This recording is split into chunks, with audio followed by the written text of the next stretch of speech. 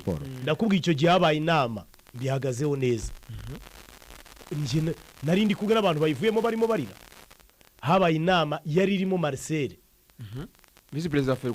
wa Ferwafa ariko byarangiye mukankaka ibintu byayivuyemo byanze nyamara mukankaka ibyo nivugisha ngo ndajyana ibaro kuri ministeri football féminin imera nka komisiyo iri ku ruhande ifite governance yayo mukankaka ashobora no kuzatuma utagera kuri ministeri kunumva komeye nimba so ubwo rero twari tubikomoje ku mwana w'umukobwa ukinira ikipe ya Young Princess waraye utsinze igitego kimwe rukumbi cyabonetse muri derby bakinagamo na Simba Sports Club ariko nk'abanyarwanda turifuza rwose kuzabona iri abarishema ry'igihugu kuzabona Kaboy represent igihugu cye yanatanze interview rwose numvise Kaboy ni umunyarwandakazi gutera imbere mu Giswahili ikintu bavuye mu Rwanda urakoze cyane kuzana iyo topic Ephraim ngereka nshimire Kaboy byimazeyo gutinyuka gucommunicatinga Kaboy ibintu bamubazaga hitima hari abantu benshi bamusetse ngo yadusebeje abamusetse n'abanyarwanda yasebeje u Rwanda yasubizaga ibintu atumvise neza ibintu nk'ibyo n'abanyarwanda rwose interview ya mbere Sergio Kun Aguero yatanze akina muri Premier League yayitanze amaze imyaka 2 kandi nabwo yasubizaga ibintu atumvise bakayamubaza kimwe agasubiza ikindi Tevez yarinze avayo icyo gihe Kun yarahagaranye na Michael Richards none Michael Richards agashaka kumera nk'umusobanurira ibyo umunyamakuru yashakaga kuvuga kandi nawe atari bumwumve kuko navuga icyongereza we bigatuma wakivugira ibimwe wakajya avuga ati the team is strong we want to win this we want to win that bikahita birangira biterwa n'iki nanjye nabonye hari abamwihaye felicitation kuri Kaboy abanyatanzania bishimiye cyane effort ya Kaboy mu kuvuga Igiswahili urumva wena nk'abatayumvise hari n'amagambo y'ikinyarwanda ashyiragamo akavuga ati Igiswahili ananiambia kucheza hagati y'abadefenseri Igiswahili surimi rwa urumva rero kandi hagati urumva bifitanye isano na katikati umuntu w'umunyatanzania yishimira iyo effort byonyine confidence ngabo kumva yuko nyine we batama mikoro ngo abe nka ninde mukinyi ba coach anatupenda Claude ni mugabo muri Sekafa ntibuye ko bashaka kumuha interview akabyanga ya kuri Azam TV byarangiye bavugisha Pichu atari kuri 18 ukibaza Pichu umuntu utari kuri 18 aravugisha itangazamakuru undi muntu wigize gukora interview rutanga kuri DSTV barabyibuka Sekafa urumva rero confidence Corode yitwa Myasiro Corode urabibunengera oya ndabimushimira ngewe ngenda bimushimira ese abanyarwanda abantu bihaye Kaboy Igiswahili sururimi rwe umwana w'umunyarwanda rimwe na rimwe ubusanga atara nize kubera impamvu zimwe na zimwe niyo yakwiga icyo Giswahili nakizi ntabwo yakiga icyo cyongereza ntabwo ari ururimi rwacu umwana uvuye mu cyaro icyo Gifaransa sururimi rwacu arimo aragerageza Igiswahili uramusekera udaseka Robertinho uramutse ugiye kuki Robertinho avuga tukishima oya Robertinho avuga indimi z'amahanga azivuga teseriga azivuga nk'uko Kaboy avuga Igiswahili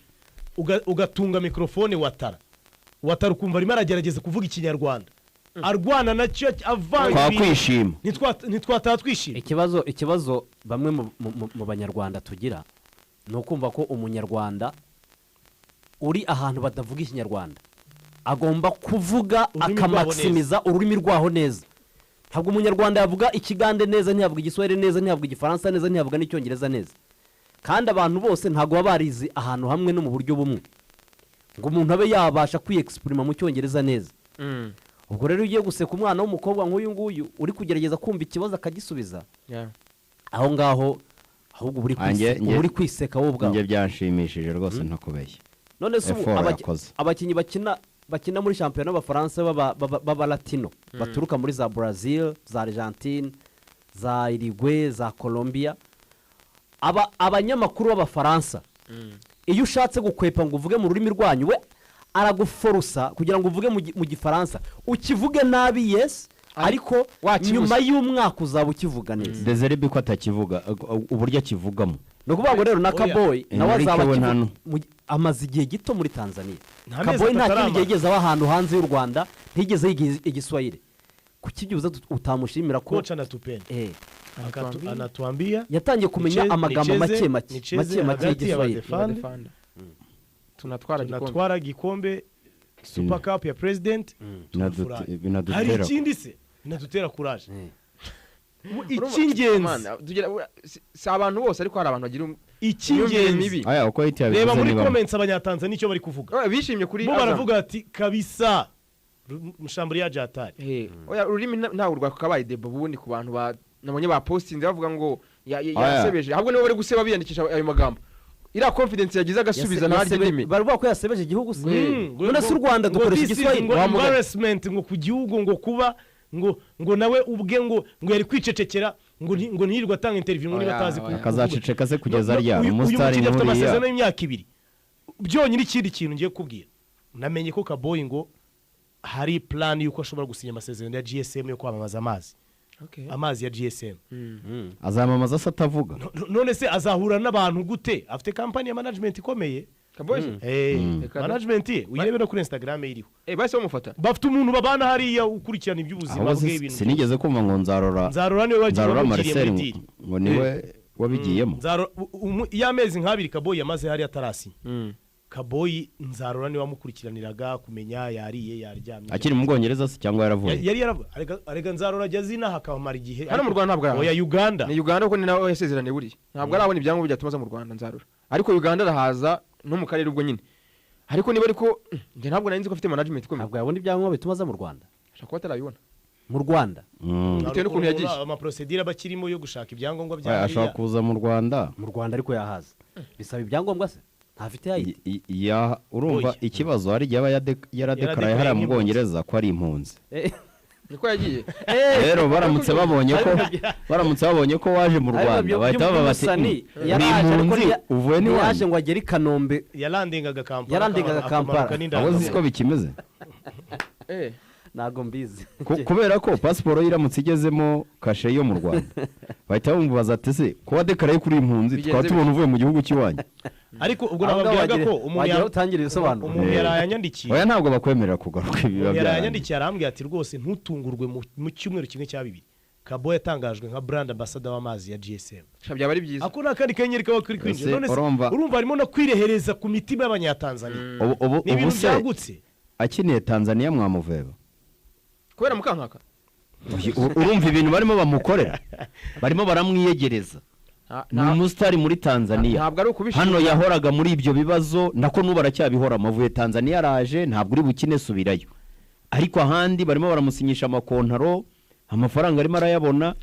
yavuye i Kigali atageza no ku mafaranga 300 ku kwezi ubu arahembwa miliyoni y'amafaranga y'u Rwanda wenda ntabwo ari ugushinja uyu mama cyane ariko nawe abikorewe niba reka mpumurize Ansira niba yaradetekse Kaboyi akamubona akamwexposa akamureba bakaba bafitanye nyabona amasezerano nk'umuntu wamureze akanamukuza nk'umukinnyi Kaboyi nagera ahandi hantu wenda ajya harenze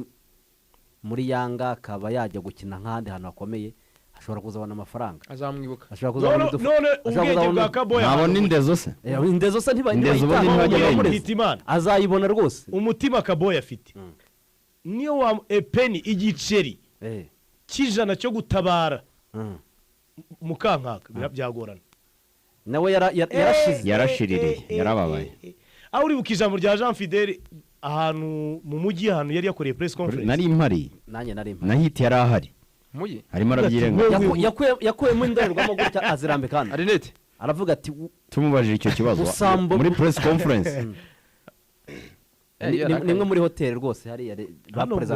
bapresentaga ikipe y'abagore n'umuyobozi wa Skol gusa icyo nemera nuko abantu bigira ababyeyi turi guteza imbere umwana w'umukobwa ukazana inda nini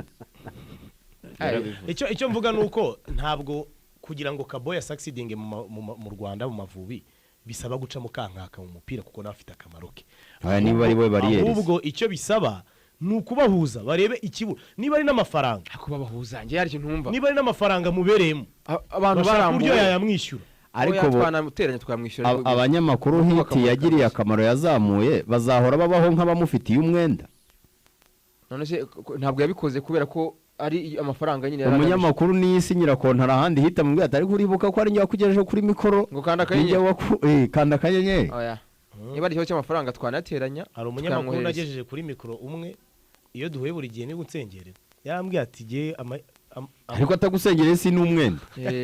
ntabwo ari umwe urumva ntabwo ibyo wakoze warabikoze nidura ntansengere nzamusaba kwirukanwa aho yakoraho ati abantu nkugejeje none ndaje nikoze mu mufuka nasoni oya kino kibazo gikwiye gukemuka mu maguru mashya je nakubwiye ko byamaze gufata indi ntera Kanyizo wowe wafashe umwanzuro wuhe nukuvuga ngo abantu ni ko rapita ha ikipe y'igihugu reka nsubire mu umwanzuro nafashe niba tongera kumuhamagara abanyarwanda nibashaka bazahaguruke bakore campaign Kaboyi ahamagarwa nje nabyanze kandi akine nabyanze ngiye ko niba tongera kumuhamagara nzafata ibaruwa nyandike nyishyire muri ambaraje ya kake ambaraje envelope nyine mu kinyarwanda navuga ngo ambaraje nta kibazo njye kuri Minisiteri ya Siporo niri mu kazayire irimo icyifuzo n'agahinda mfite ariko uno mukobwa aje muri equipe nationale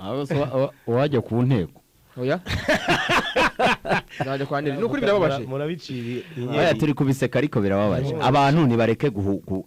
mu Rwanda abantu barahumutse ibintu byo kuvuga ngo umuntu arwaye grippe asubiyeyo utaranakina match ahise atsinda igitego ihite uri buka ibyo tumaze iminsi tuvuga ngo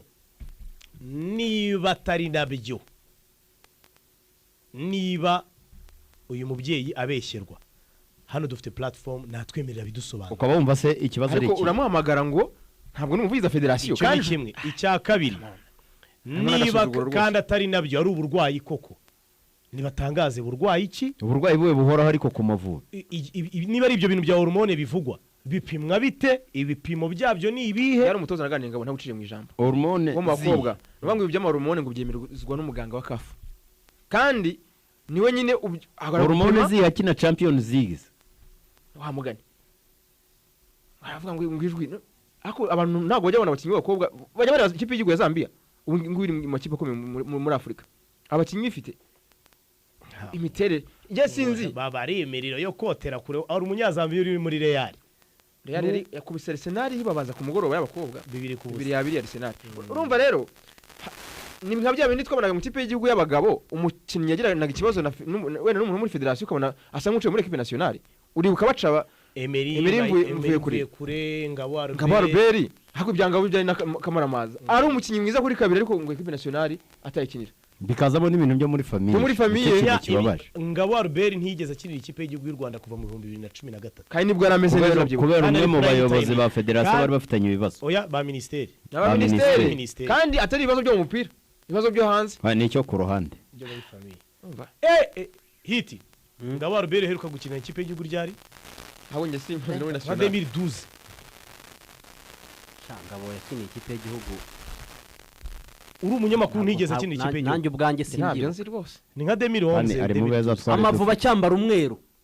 cyane za sekafa zari zirimo bakarekezi na bakageri izo Ngabo yakinaga nyuma yaho haje bamwemereye na ba Buba na ba Rusheshangoga bafata umwanya bagaragaza ko ngo badashoboye kandi ngo ababanza bo muri APR cyane za mazemba zikubi